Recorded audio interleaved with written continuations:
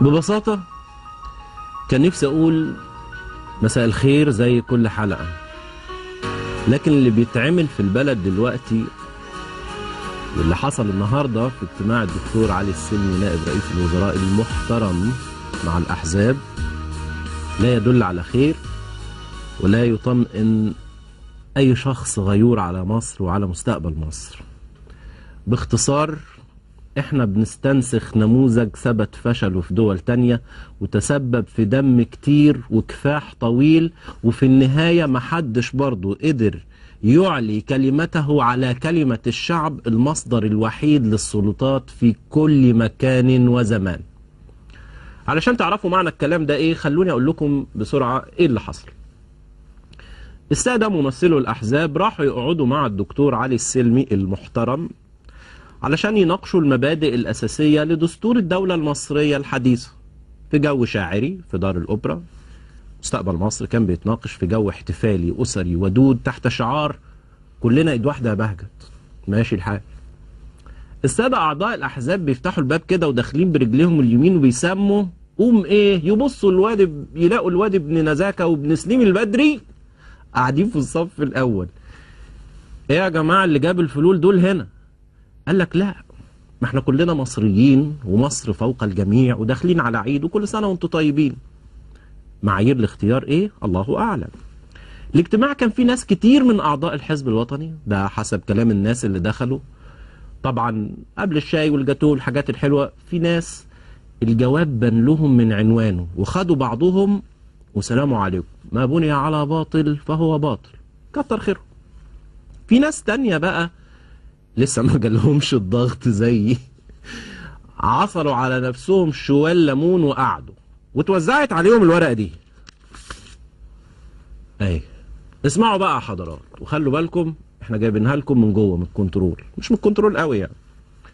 اول 8 مواد دستورية مقترحة في مسودة اعلان المبادئ الاساسية لدستور الدولة المصرية الحديثة بتقول ان مصر حلوة وديمقراطية ومدنية والإسلام دين الدولة ومصر بتتكلم عربي والأرض كمان بتتكلم عربي والناس كلها هتاكل لحمة علشان العدالة الاجتماعية والنظام جمهوري وتحيا مصر وأفريقيا والدول العربية والإسلامية وسيادة القانون والكلام الحلو ده.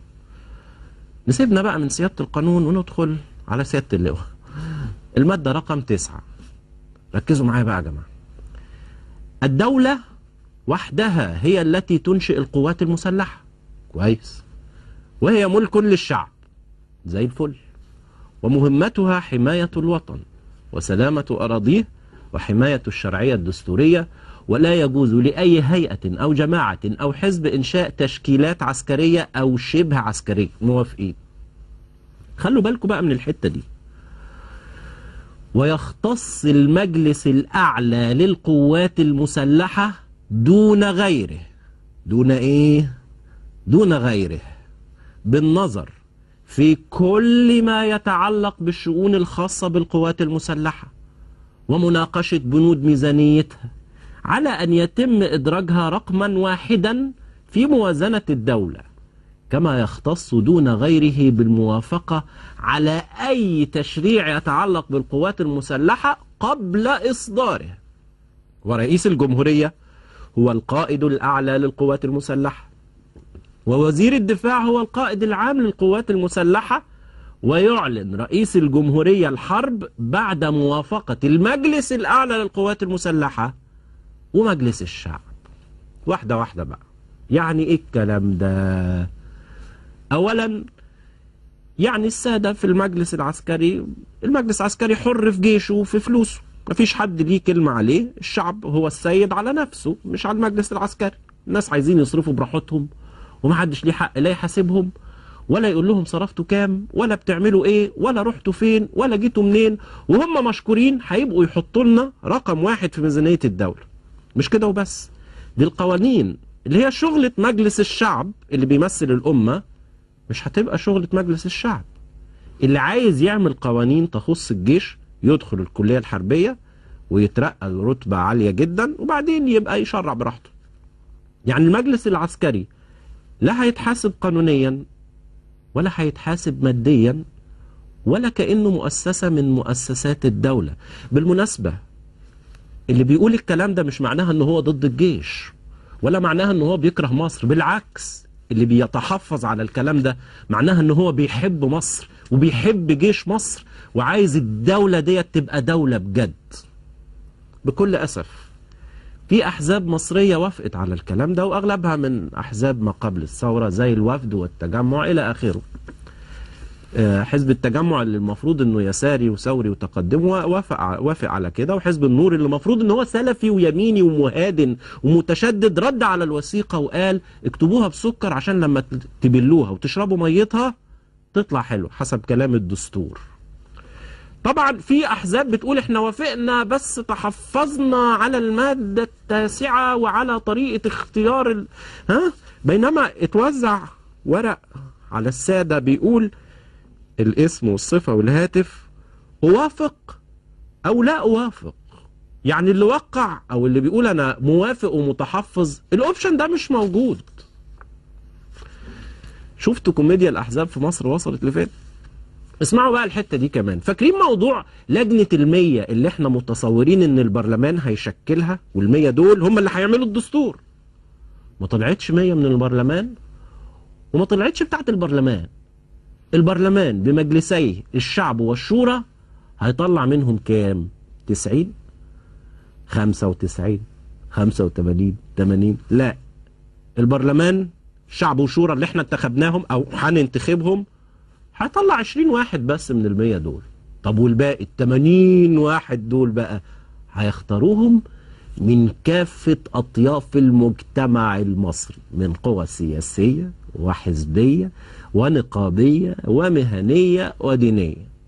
شوية من القضاء اللي تعينوا في عهد مبارك، وشوية من أساتذة الجامعة اللي اختاروا حسام كامل بتوع مبارك برضو، شوية من النقابات المهنية والعمالية بتوع المنحة يا ريس، وشوية من الغرف التجارية، شوية من اتحاد الصناعات، على جمعيات رجال الأعمال والقوات المسلحة والشرطة والاتحادات الرياضية اللي كانت واقفة في مصطفى محمود والأزهر والكنيسة والشخصيات العامة اللي هيرشحها مجلس الوزراء. يعني من الآخر كده الظاهر حسني مبارك هو اللي هيحط الحزب، هو اللي هيحط الدستور الجديد، هو الحزب الوطني. ومش بعيد نلاقي يوسف بطرس غالي ومفيد شهاب وعلي الدين هلال، ويمكن نلاقي أحمد فتحي سرور ولا حاجة طلعوه بره يكتسبوا خبرته. ما هو كافة أطياف المجتمع بقى. يعني دستور الناس اللي خايفة من الإسلاميين والدستور ده ممكن يكون أسوأ من اللي يعمله السلفيين لو وصلوا للحكم. الكارثة بقى مش في دستور الفلول، الكارثة ان الكلام ده عقد إذعان على الأمة ومخالف للاستفتاء الدستوري اللي الشعب أقره ووافق من خلاله على تأسيس الجمعية الدستورية لوضع الدستور من مجلسي الشعب والشورى مش من رجال مبارك.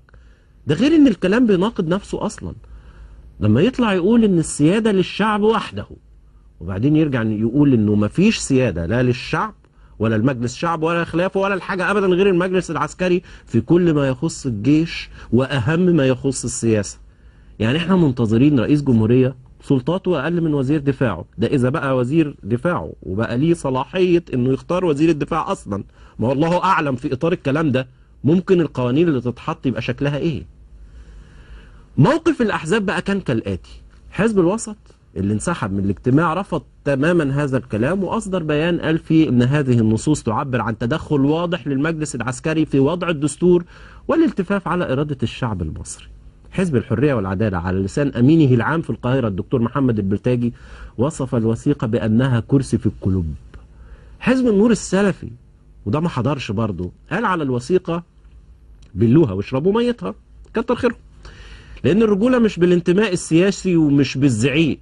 حزب العدل انسحب من بدايه الاجتماع، ولما لقى الورقه بالمنظر دوت وشاف القاعه شبه الورقه، حزب الوفد وحزب التجمع والحزب المصري الديمقراطي الاجتماعي موافقون.